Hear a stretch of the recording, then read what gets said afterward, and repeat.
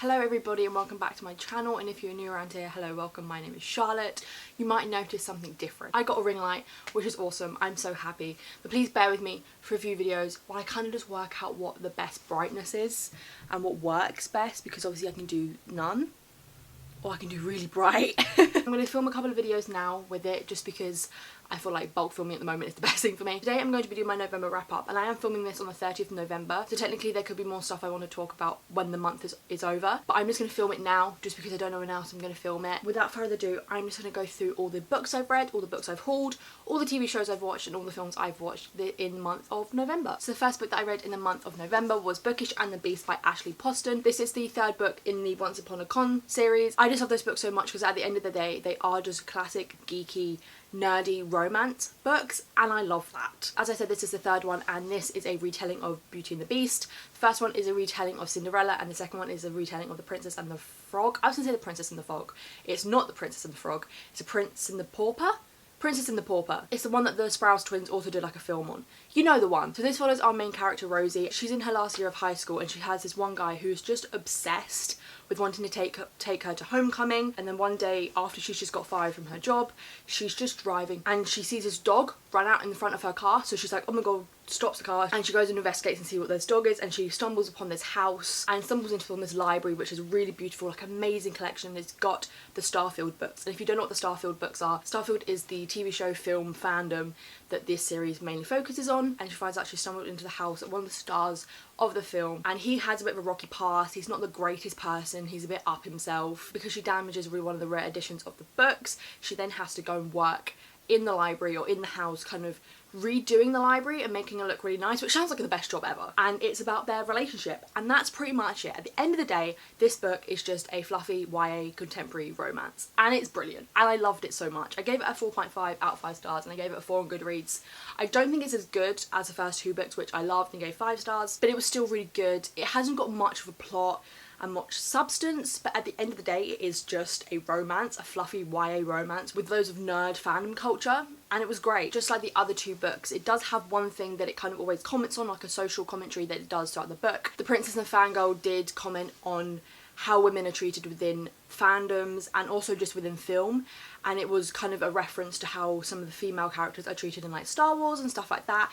And this one I feel like comments on cancel culture, because the love interest, he's done some things that have got him some bad press, and he obviously comments a lot on the fact that yes, he's done some bad things, but that's not him, and suddenly he's been branded as this bad person just because of one mistake. He's young, he's done this one mistake, and suddenly he's been branded as like the worst person ever. So it does comment on cancel culture and how yes, these people have done bad things, but you've got to take into respect other factors, and you can't just completely cancel somebody if they're willing to learn from what their mistakes. Obviously it depends on what the mistake is, but ultimately it does comment on cancel culture. But at the end of the day, it is just a fluffy YA contemporary romance, and I loved it. I can't really say that it was like full of substance and so deep, because it was just a fluffy YA romance. So if you just want nerdy fandom YA contemporary romance, hit this series up, because at the end of the day you can fly through these books, and even if you don't get a lot out of it, you just get a lot of fun out of it. The next two books I'm going to be talking about I did for this month, or I did a This versus That video on. If you don't know what my This versus That vlog series is, I'll leave the playlist linked in the description below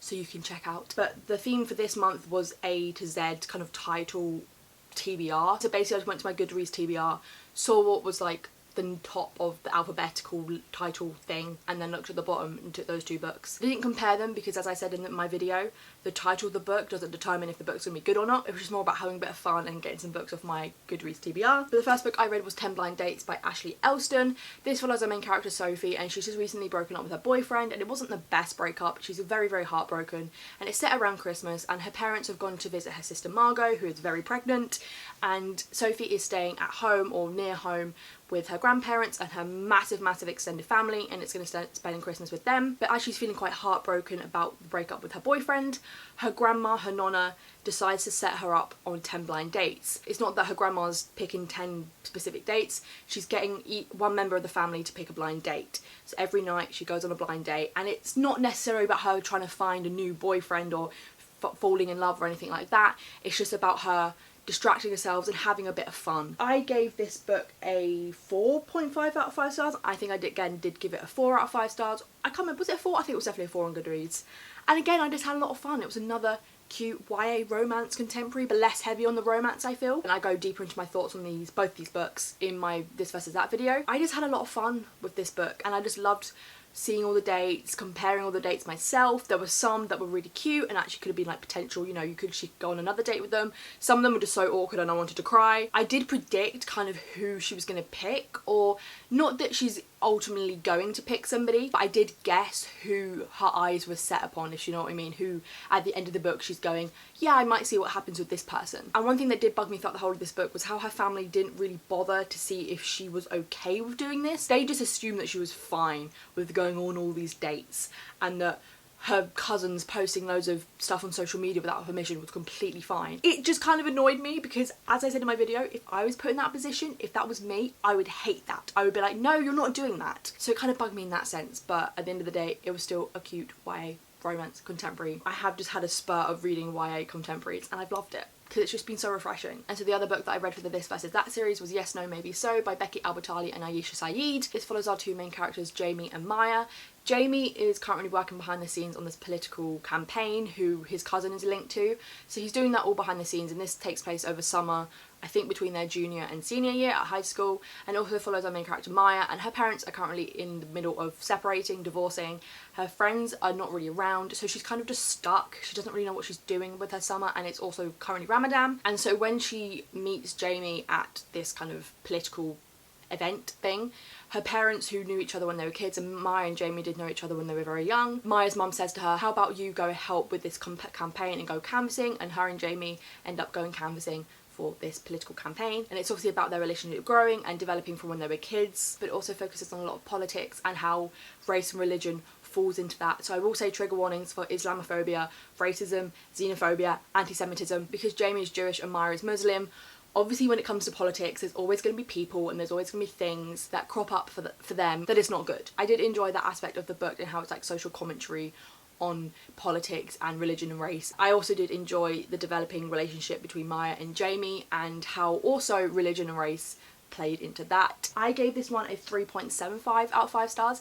It wasn't as good as 10 Blind Dates, and I didn't love it as much, but I still had a good time. It was still good. The next book that I want to talk about I have not finished, and obviously it is the 30th of November. It's the last day of November, so I'm not going to finish this book today because I'm about halfway and there's no way I'm going to finish this book today. It's not the 30th of November, I just realised it's the 29th of November, so I've still got 2 days left. I just thought I'd still talk about my thoughts so far on this book, and that is Supernova by Marissa Meyer. This is the last book in the Renegades trilogy. The first book follows our main character Nova, and she is part of this kind of criminal gang called the Anarchists, and also in this world you have this kind of superhero gang, these good people gang called the Renegades, who kind of control the city and kind of stop the bad people. And in this world, some people have special powers, some people don't. In the first book, Nova, she has some qualms with the Renegades because they didn't really stop, or she felt like they didn't help her family when they were murdered. So she decides to infiltrate the Renegades to kind of get revenge, and it kind of just follows from there. I don't feel like I want to say too much else, but this is the last book, and so far it's good. I'm having a good time. I don't think it's as good as the first 2 books, and I have heard that from Lisa Marie Reads, who loves this trilogy, who loves Marissa Meyer. I did hear her say that this one isn't as good as the first 2, but it is still good, and I can kind of see that. I think so far it's probably a 4 out of 5 stars, but I don't feel like I have too much to say because obviously I can't say too much because spoilers for the whole trilogy. It's good so far. I'm excited and intrigued to see where it's going to go because stuff is happening, obviously. Stuff is going against each other, and I'm just like, how is this going to wrap up? Like, what's going to happen? So I'm excited and intrigued to see actually how this wraps up and see where it's going to go. So those are all the books I have read in the month of November, or partially read. I haven't read as much this month, which is weird because I have been in lockdown throughout the majority of the month. And I think this is just my standard. 3 to 4 to 5 books a month is kind of what I'm reading. But I'm now going to jump into my book haul, and I've got 4 books this month, so not too bad. Probably not helping my TBR because it's kind of still just keeping it at the same number. Kind of want to get it down a bit. The first book that I bought this month was Supernova. I bought this at the beginning of the month so I could read it this month. I don't feel like I need to say much else because I literally just talked about it. So this is the first book that I bought this month, and the other 3 books I got this month were a very late birthday present. But my brother and his sister-in-law only just got around to kind of giving me some money or giving me kind of like a present, and basically what my sister-in-law just said was, here's some money, buy some books. So the first book that I bought was The Invisible Life of Addie LaRue by V.E. Schwab. I didn't think I'd get this book so soon because I'm not a massive person to jump on new releases just because I can't be bothered to spend the money. But as it was money that wasn't mine, your girl was gonna get it. I've been so excited to read this. Obviously when it came out and people were talking about it, I was like, oh yeah, that sounds interesting, but everybody's loving it. Everybody's loving it and everybody's crying and I want to cry too. This book follows our main character Addie LaRue, and I don't know what century or what year, but back in the day, so many years ago, she made a deal with the devil so that she could never die and she could look eternally beautiful. But basically the curse and the kind of catch that comes along with that is that anybody who looks at her will forget her the moment they look away. When I first heard that concept, it reminded me of the silence from Doctor Who, because that is what the silence is. If you don't know what the silence is, the silence in Doctor Who in season 6, I would say season 6, is this kind of slender man looking alien who you look at them and you're like, oh my god, you're ugly, and then you turn away and you're like, what was I just doing? I don't remember seeing this tall slender man thing. Ben, is that you? Get back from it now. Back from what, honey? When I heard this concept, I was like, the silence? I have heard this book is very emotional and makes people cry because I think she meets a guy who doesn't forget her. And I'm just here like, I need this. If this is some sort of historical slash non-historical, because obviously it does take place in today, in like the present day, but it's a romance, but it's also kind of partially like fantasy. I need this. This sounds so good. I need it. And I love this book. This cover is fantastic. And I love the inner pages and so sexy. I think I'm gonna love it. I think I'm gonna cry. Hopefully I'll cry like everybody else, otherwise this will be a massive letdown. The next book that I got is one that I've had my eye on and has been on my Amazon wishlist for a while. It is a classic, so you're all gasping. You're all gasping at the fact that Charlotte has bought a classic and Charlotte wants to read a classic. If you don't know, I don't read classics. They're just not my jibe. Jibe? Jive.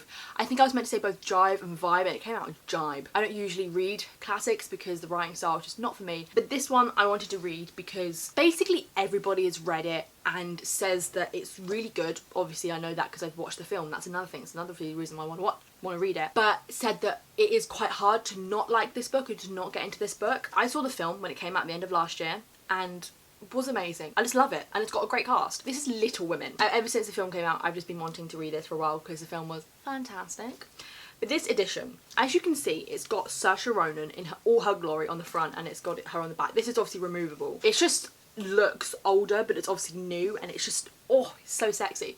But the best part, my favourite part about this book, it's got the story in it but it's got photos from the film. Oh, and as somebody who obviously loved the film and wouldn't usually read classics, I feel like this is going to be a good way for me to read it because it's going to aid me and I'm going to go, oh yes, I remember that bit from the film. It's going to help me kind of remember understand what's going on. So if you can see here, you've got the scene, you can't really, it's not really focusing, but you've got the scene when Amy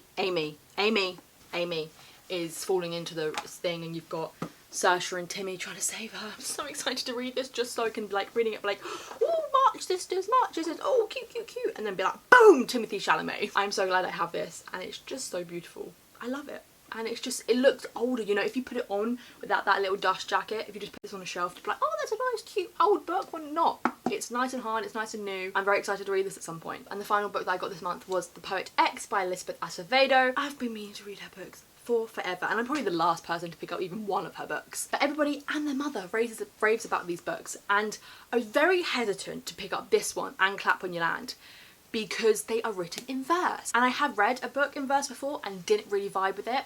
So I'm really nervous that I'm going to read this one and be like, don't like it. Because it's raved about so much, I'm kind of thinking and I'm kind of hoping that I am going to love it. I think I might do a this versus that video on this book. I think also Little Women's on the list for this versus that as well. I don't feel like I know too much about this book apart from that it follows our main character Ziamara. I think I saw Shannon from 155 Books say that it's not the Poet X, it's the Poet Z because her name's Ziamara. I don't know, but I just hear the majority of people say Poet X. I know it's got to do with slam poetry, so it kind of makes sense with the whole like inverse thing, but I don't know too much else. But I just want to read it because it's Elizabeth Acevedo and I feel like I need to jump on that train. So those are all the books that I've hauled this month. I might take a break from filming because I'm really hot from this light. And I'm going to come back and film my TV shows and films wrap up for this month. I'll catch you in 2 seconds for you, but for me, I don't know how long. So I'm back from having a bit of a break. I was getting hot, so I just opened the window, I sat down, I drank some water. I'm cooler now, so we can continue on with this video. So now I'm going to be moving on to the TV shows that I have watched this month. I'm going to be talking about 3. One of them I'm just going to briefly talk about because it's not like it's finished, but I just want to talk about it because it's fun. Another one is a rewatch from my childhood, and another is a new season that came out this month. So the first TV show that I want to talk about is I'm a Celebrity, Get Me Out of Here. I think the only people who will know about this show is people from the UK. This is a British TV show that I think has gone to other countries. It's a reality TV show, and it started about 20 years ago, and it's hosted by the iconic duo Ant and Dec, who I think everybody in the UK love. You can't hate Ant and Dec. But it's basically a show where they take some celebrities, it's usually about 12 celebrities, and usually they throw them in the Australian jungle and get them to survive. But obviously because with COVID they've had to rejig it, so they decided to pick a castle in Wales.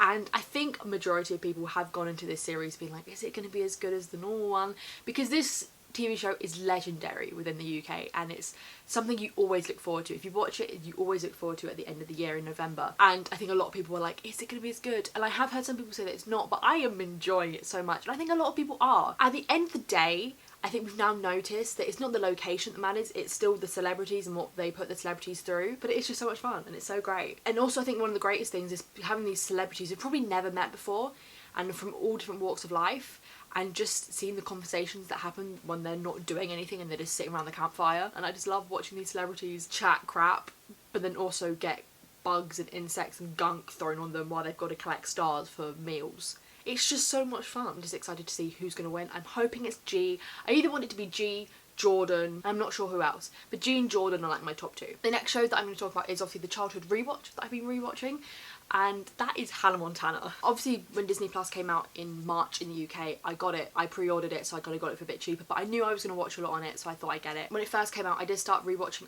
Sweet Life, and even though I enjoyed watching Sweet Life so much, it took me a long while to rewatch it. Hannah Montana, I'm nearly in season 3. And I've been watching it for like 2-3 weeks. And for a show that I'm rewatching alongside other shows, that's not too bad. That's pretty good, especially as it took me like 7 months to watch 3 seasons of Sweet Life. I love Hannah Montana so much. I knew I did, but this has just cemented how much I love Hannah Montana and how much it shaped me as a person. And I remember Mafalda saying one time that there are so many things that I say in my life now that I'm looking back and going, that's from Hannah Montana. I reference Hannah Montana all the time without even realising it. And I love it, and all the songs are bops. I've been listening to so much Hannah Montana at the moment. I've decided that my favourite actor is Jason Earls, who plays Jackson. He's fantastic. The funniest characters are Jackson and Oliver. But everybody's funny. The comedy in this show is amazing. Peak comedy, top tier comedy. But I do think Oliver is my favourite character because he's hilarious, so funny, one of the funniest characters, but also he is a good person. When we first meet him, he is obsessive and he's all like, oh my god, Hannah Montana. But then as he grows and as you see him progress and he is just like, you know, their best friend, he's just brilliant and I love him. And I'm so surprised that young me did not have like a massive crush on him. Maybe I did and I didn't really notice it. So many iconic episodes. Every episode I'm going, oh my god, it's that one. But it's just so great and I love this show and I'm so glad I'm rewatching it. It's definitely my favourite Disney Channel show that I watched when I was growing up. And the last TV show that I want to talk about, the 4th season came out in the middle of this month, and as I said, me and my parents have just got one more episode to go, and I'm very, very excited to watch this episode because I've heard amazing things and I've heard the acting is amazing and I'm just, oh, I'm so ready. And that is The Crown. Every year that a new series of The Crown comes out, I'm like, oh yeah, I'm really excited, love this show. But it's not until I'm watching it that I go, this is one of my favourite shows, that I realise how much I love The Crown.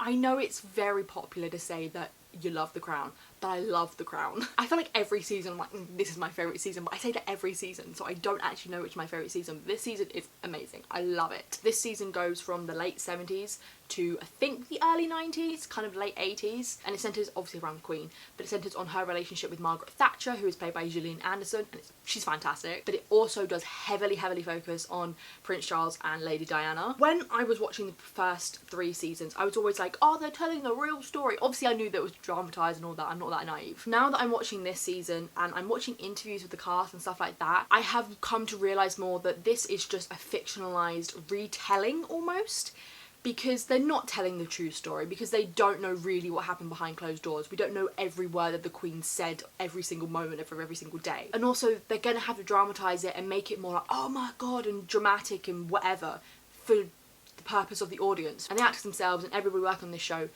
does and can separate what is real life, so the real life Charles and all that, and what they're portraying. I think it's just done so well. Because at the end of the day, even if we can separate it and go, that's not exactly Charles and that's not exactly Diana, we can still go, that is what happened. That is quite close to what happened. You know, Diana wasn't treated very well, and we all know that Diana's presence and her being in the family and everything that happened with her and Charles did change the royal family. Acting is amazing, and the cinematography is amazing, and the music's amazing, and I love it. And I have fallen in love with Mr. Josh O'Connor. Like, I loved him in season 3, and I watched him in Les Mis, the TV show, loved him in that. But this season, I'm obsessed with him, I love him, and I'm watching it being like, I hate you because you're Prince Charles and you're dick. But also, I love you. But Emma Corrin, who plays Diana, I will bow down to you. I want to marry you. And I'm really sad that we're going to be losing this cast now, that this is the last season with this specific cast, and also we're moving on to a different cast for the last 2 seasons. Because I've become so attached to Josh and Emma, and Olivia,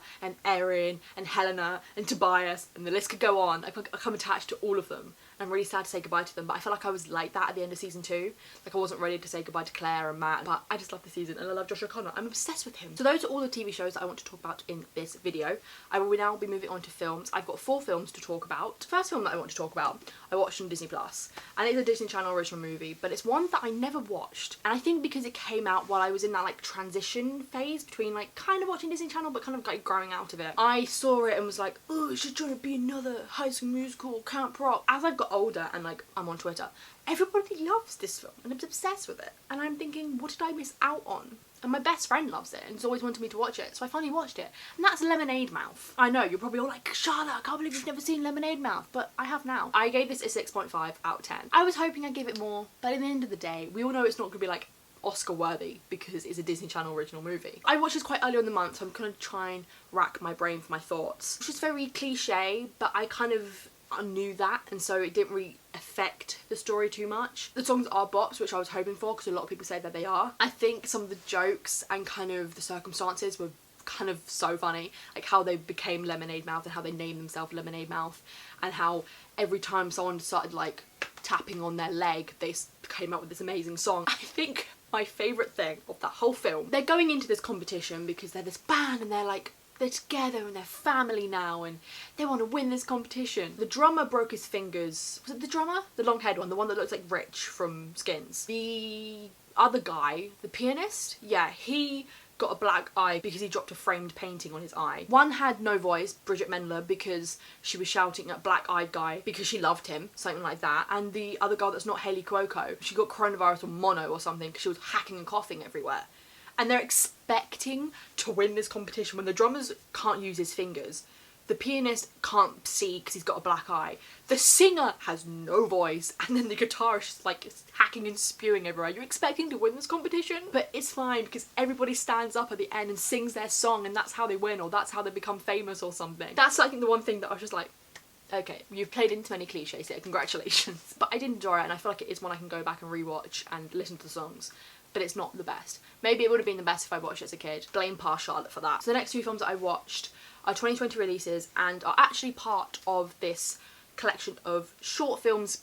I'm gonna call them films because the first one that I watched is not a short film, it's pretty much a full-length film. And they were all in the Small Axe film collection. If you don't know what Small Axe is, it is a film collection all directed by Steve McQueen, and all the films look at some aspect or represent and all are about surrounding black history within the UK. But the first one I watched was Mangrove, and it follows Mangrove 9, who are 9 people who were put on trial for basically rioting in the streets when they didn't. They were just protesting for their own human rights. You've got this guy who owns his restaurant, and obviously the white police are very racist and assume that it's some drug den and that they're bad people and they've got violence and drugs, so they always try and raid the place and are just racist basically. The black community are sick of this and very tired of this, of them being targeted just because they're black. They take to the streets, they protest as they can. So these 9 people who apparently were violent towards the police are put on trial, and it's about their trial and the racism within Britain in the 70s, I think it's the 70s.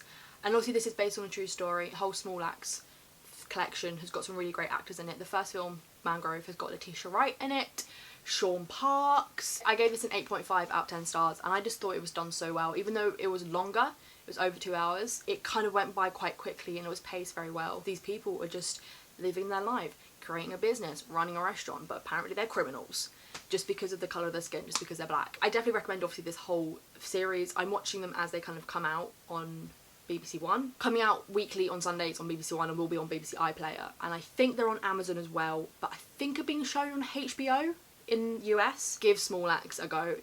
The first one, Mangrove, is really, really good. And then that leads me on to the next film that I watched, which is Lovers Rock, which is the second film in that collection, which is a shorter one, which is only just over an hour. I didn't like this one as much, and I think I gave it a 7. Yes, I gave it a 7 out of 10. This one just follows a party, I think, again, maybe the 70s or 80s. So a lot of the scenes are just party scenes and are just music and dancing. Like, that's why I think I didn't like it as much. I'm not saying that I needed more substance and it was not, you know, it wasn't as good because it was just dancing, but I think for me Lovers Rock just didn't hit the mark as well, just because it was just following a few characters going to this party. I would say trigger warnings for rape. There is a scene where a girl does get sexually assaulted, raped, but I still did enjoy it. And I think even though the dance music scenes took away from maybe there being more plot, it was kind of just nice, just vibing. The majority of the music played throughout this film is West Indian, African, reggae, Caribbean sort of music, and it was just basically just a load of black people coming together in this safe space where they can just hang out and they can party and they can dance. The last film that I watched this month, I watched because of Josh O'Connor. When I say I'm obsessed with somebody, I'm obsessed. So I'm gonna watch everything they're in. In this film he was in and was nominated for a BAFTA for Best British Film, I think in 2017. It didn't win it, but it was nominated for it. I understand why. It was a really, really good film. And that is God's Own Country. I gave this a 7.75 out of 10 stars, and basically this follows our main character, Johnny, played by Josh O'Connor, and he's just your typical bored out your mind Yorkshire farmer boy. His dad owns a farm in Yorkshire, but he doesn't really have much substance in his life. He's just working on the farm, and in the evenings he just goes out, drinks, smokes, and has casual sex. He just doesn't feel fulfilled in life, and he just doesn't really like his life, and he's just a bit of a downer. And I can't remember if they hire him, or I can't remember how it comes about, this Romanian migrant comes and works on the farm, and they fall in love. Basically how I would describe it, and I'm not comparing them, I'm not saying one's better, and I'm not saying they're exactly the same, but I kind of saw it as a Yorkshire farm version of Brokeback Mountain. It was just so sweet, and I did read it in the trivia and I did notice it, is that throughout the film gets lighter and lighter in terms of obviously the lighting and the cinematography as the film goes on, and that shows how, I forget what his name is, the Romanian migrant, but how he changes Johnny's life. Because Johnny's not the best person, I must say, but just seeing them come together and love each other. When you first meet Johnny, he's this hard guy who obviously keeps his emotions bottled up. By the end of the film, he's crying and he's like, I love you. I will say one thing that kind of not annoyed me about the film, but made me be like, I did not expect this. It's the amount of animal gore in it. I know it's set on a farm, but I don't need to see someone shoving their hand up a cow's butt. I was just there like, I didn't sign up for this. Thank you very much. I should have checked, you know, the content warnings. But you literally see a sheep or a lamb who I think it might have died anyway, be skinned and like has its fur fluff, whatever you want to call it, taken off. Wool, that's what it's called. De-wooled, basically. And they take this wool, like they've got it out as like a sheet. They take this wool and they tie it onto another lamb to keep him warm. I didn't sign up for that. I didn't sign up to see another lamb involuntarily become Leatherface. But if you look past that, it's just a cute, gay farm film. I would say if you're not from the UK, put subtitles on, because they've got thick Yorkshire accents, and I know maybe like some non-UK people might not be able to understand. Because even sometimes there were a few things that I heard, I was like, what did you say? But I was able to work it out. But it was a good film, it was gay and I loved it. So those are all the films that I watched this month, and that means this is the wrap up. That's wrap up done. So that's everything that I read, bought, watched.